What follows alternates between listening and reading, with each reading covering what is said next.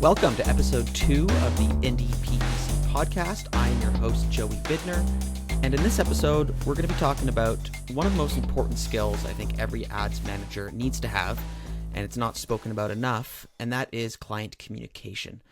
Just like ads strategy and tactics, this is something that requires practice, something that requires a skill set that needs to be built over time. So I'm going to dive into the elements of client communication that help my practice as an ads manager in regards to maintaining client health and just making the account better in itself. We're also going to dive into a question from a listener about Microsoft and I'm going to be sharing a really interesting article and piece of news regarding store visit conversion actions. And if you run a brick and mortar business that has foot traffic, you're going to want to stick around for this. So going into the main topic of the show today, which is client communication, I know that this is something that doesn't come easy to everyone.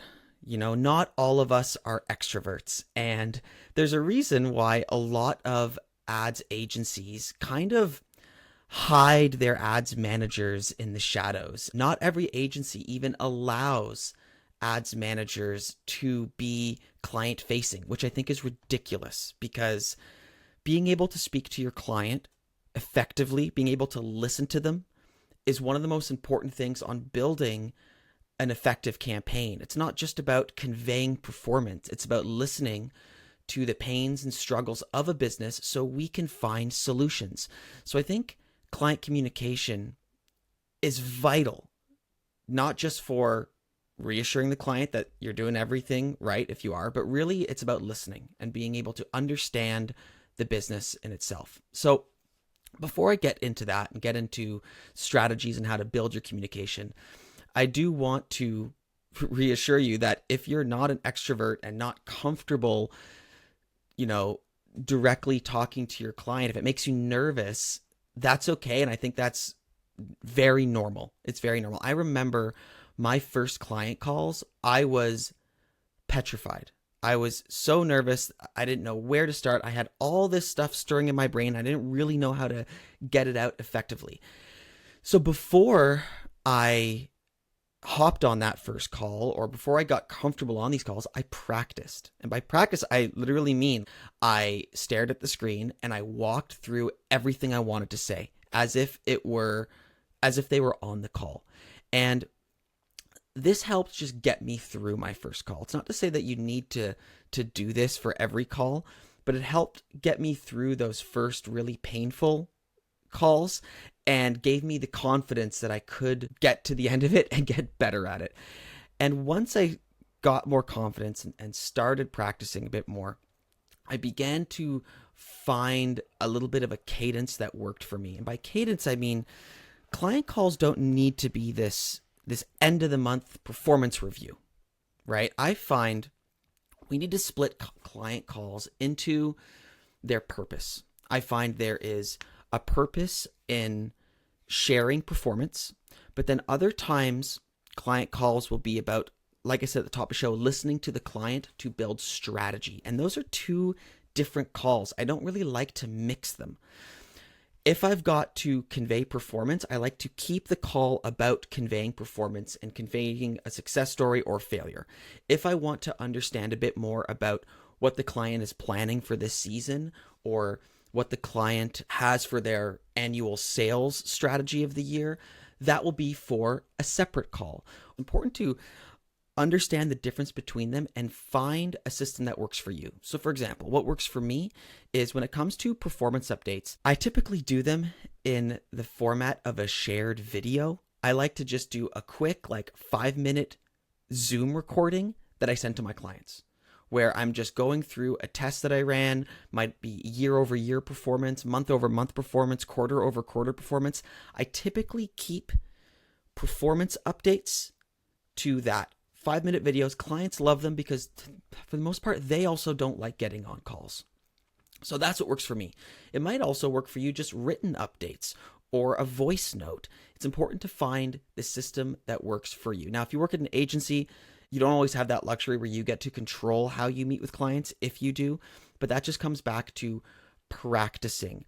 Go through your performance update on your own without them on the call a few times, maybe even make a little bit of a script just to give you that framework, and that will help. Now, when it comes to those other calls where it is listening to your client to form strategy and plans, this is where there's two real types. One is that strategy call that you can lead, where you are asking them important questions about their business that you know you need to execute your strategy.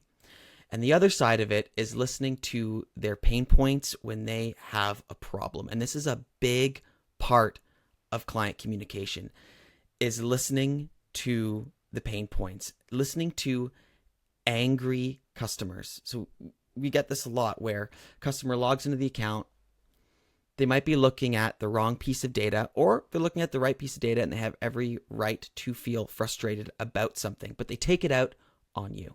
We've all experienced this.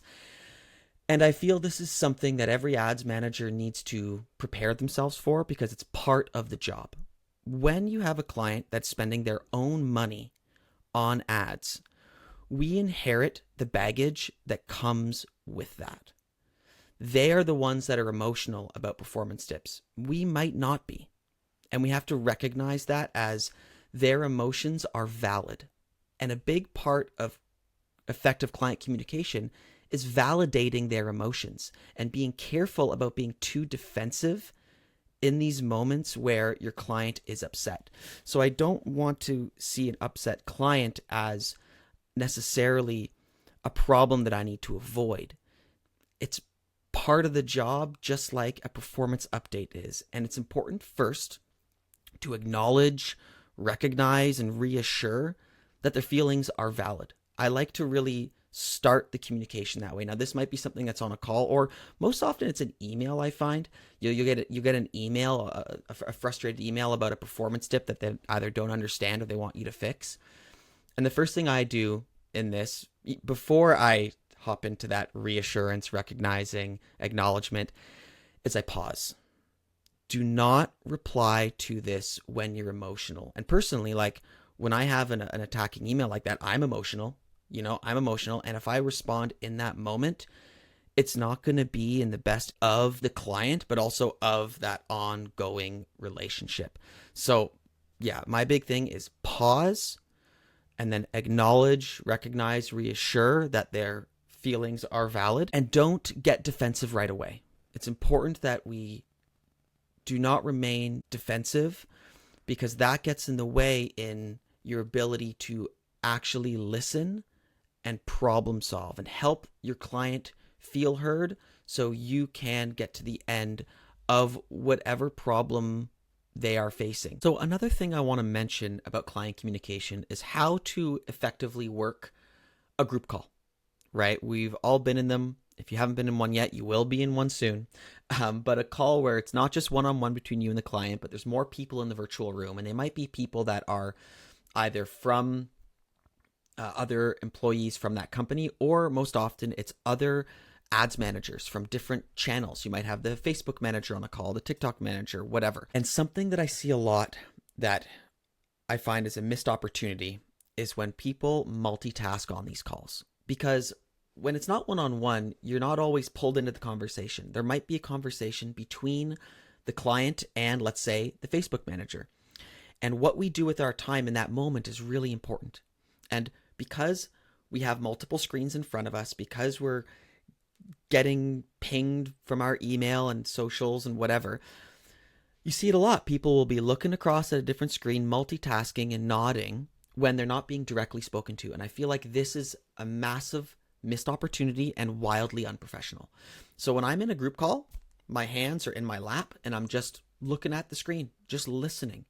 It's important because the whole purpose of being on that call together is to collaborate and form new ideas. So when you're actually listening to a part of the conversation that's not directly about you, you get ideas. You can interject and say things and suggest things. And that's how you become a valuable asset outside of just your button pushing in platform. But you can strategically collaborate with your client. But most importantly, I find from the client's perspective, It just looks really unprofessional when someone is clearly not present in the conversation when they're not talking. So yeah, I find this is a really big one for those client calls where you're on with multiple people. Put your hands in your lap, stare at the screen, and actually be there to listen. 30 minutes out of your day, it's not too much to ask to be there to listen to a conversation that's not about your direct input. So it's also important to recognize that there's a few different types of clients, and we want to sort of adjust our communication strategy based off of the various types, because I don't necessarily talk to each of my clients the same way in terms of what we talk about regularly. So to list off a few of these different client types on hand, we've got data-driven clients. So these are clients that want details, they want numbers, they want charts, right? This type of client is one of my favorites because I love digging into the data, but you always have to be careful of how much data you give them, because there'll always be a prodding question in each one, and we don't want to give metrics and pieces of data that do not contribute to the big picture or have an effect. So I don't give redundant data points. I don't give stuff like CTR fluctuations unless we did an ad copy test that justifies talking about that key point. So in those situations where you have very data focused clients, just talk about the data points that are pertinent. Talk about the data points that are speaking to the strategy, because with every piece of data you give, there needs to be a so what moment. A so what moment means, here's the piece of data. What does it mean? So what? This is something that I remember I had a professor talk about in school, actually. Those so what moments are what we should really keep our communication limited to, or else you're just giving pieces of data that one could result in a bit of a Pandora's box, where you have somebody prodding into something that you might not have an answer for. I shouldn't even say not have an answer for, because we're not trying to avoid hard questions, but something that doesn't really matter, right? So stick to the pieces of data that mean something. Okay, then we have clients that are more big picture. They like to focus on the strategy, the why. These are the clients where you're going to hop on more of those calls where you're listening more and you're sharing big picture ideas. These types of calls will be fewer and further between, though, because what you don't want to do is have these big strategy calls every month where you are shape-shifting your structure based off of this grandiose talk. So these will be maybe quarterly, but yeah, big picture talks don't need to happen as much. Then you have clients that are more hands-on. They like to know the weeds of what's going on. They like to collaborate. These are the clients that need the most reassurance. These are the most difficult clients, I find, because they probably know enough to be dangerous, but they don't know the nuance. And what you need to be careful of is spending too much of your available time educating them about strategy and tactics, where your job is not necessarily to educate your client to be a manager. So these are the clients that require the most kind of strategic disconnection, where you do not want to invest so much time educating them as if they were like your assistant. So I find these hands-on clients can be the most difficult, and just to be careful about that invested time. And sometimes I've had to stop clients in their tracks and be like, listen, it's not part of my pricing to educate you in this way. So I find that lining has helped, because then if they want this level of education, you're going to have to charge them extra for consulting time. So, and that usually solves that situation. Then we have hands-off clients. Now you might think a hands-off client is the easiest. Oh, they don't want updates from me. They don't need this hand-holding. But this is where you want to be careful, because it's happened to me before where I got a little complacent, where I stopped updating a client as regularly as I should because they're not asking for it. And then over a long period of time, they might build this perception like, hey, what's Joey actually doing? Why are we spending so much on him? It doesn't seem like he's doing very much. The performance is great, but they are not updated regularly on all the stuff going on in the background. And I've actually been fired over this situation. So for hands-off clients, make sure you keep one foot in the game and send them periodic updates that they might not even respond to, but just send them periodically. And this is where I love those little Zoom videos, recorded Zoom or Loom videos. They can be really helpful there. So I think in summary, communication with your client is equally about listening as it is about talking. You want to find a system that works for you when it comes to performance updates and separating those calls or points of communication to when you need to just listen to your client and when you need to talk strategy. There are different types of communication that deserve their own lane, and it's, up to you on discovering how you want to approach each of them. Moving into the next portion of the show, we have a question from a listener. So today's question comes from Jill Saxon Gales, and this one is an honor because she is one of my favorite thought leaders in the Google Ads space. If you don't already follow her, be sure to check her out on LinkedIn and check out her podcast because she is phenomenal. So Jill's question is, what are some of the key differences between running search campaigns on Google versus Microsoft? As a Google Ads practitioner thinking of launching on Microsoft Ads, what are some of the potential pitfalls or things that won't work how I expect them to? So I absolutely love this question because I love using Microsoft, but particularly it's important to speak about this because the strategy is very different in how I approach Microsoft to Google. And I'm going to start talking about why you should run on Microsoft and when. So I use Microsoft as my Google Ads overflow. Once I've reached the point of diminishing returns on Google Ads, I will start spending on Microsoft most of the time.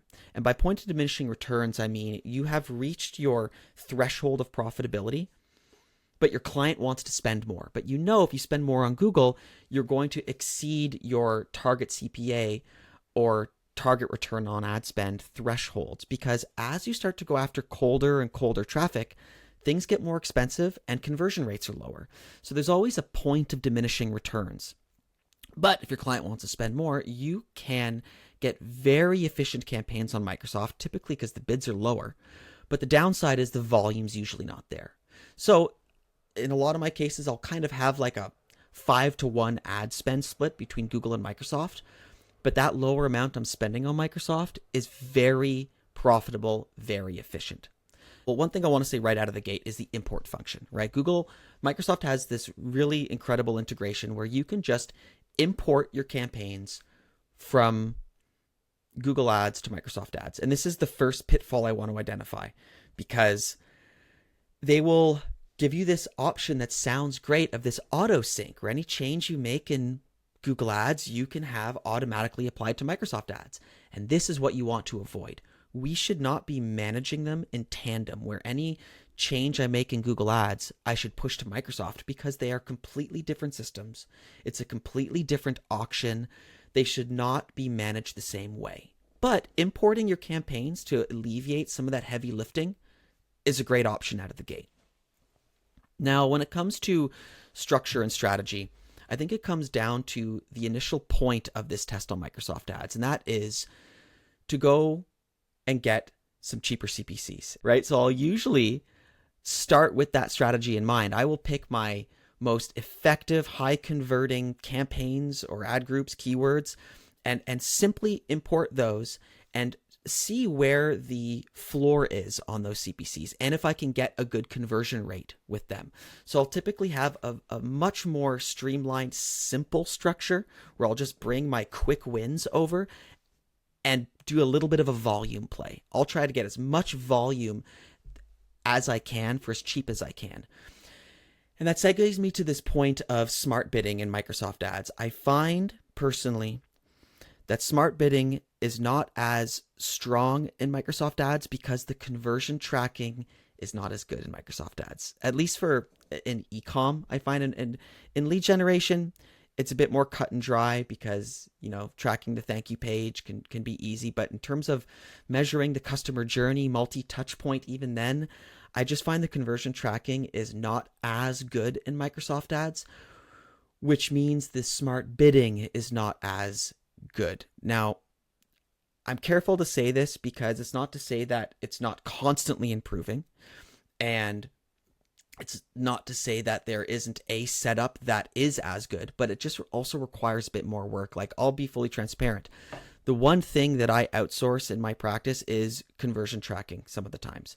And I had to bring in a conversion tracking setup specialist to make sure my Microsoft Ads conversion tracking was squeaky clean, because it's not as clear right out of the gate as Google is for setting up effective conversion tracking. So that's the one thing that I find is a little bit wishy-washy, is effective conversion tracking and smart bidding, which is why I usually start on manual bidding or sometimes even just max clicks.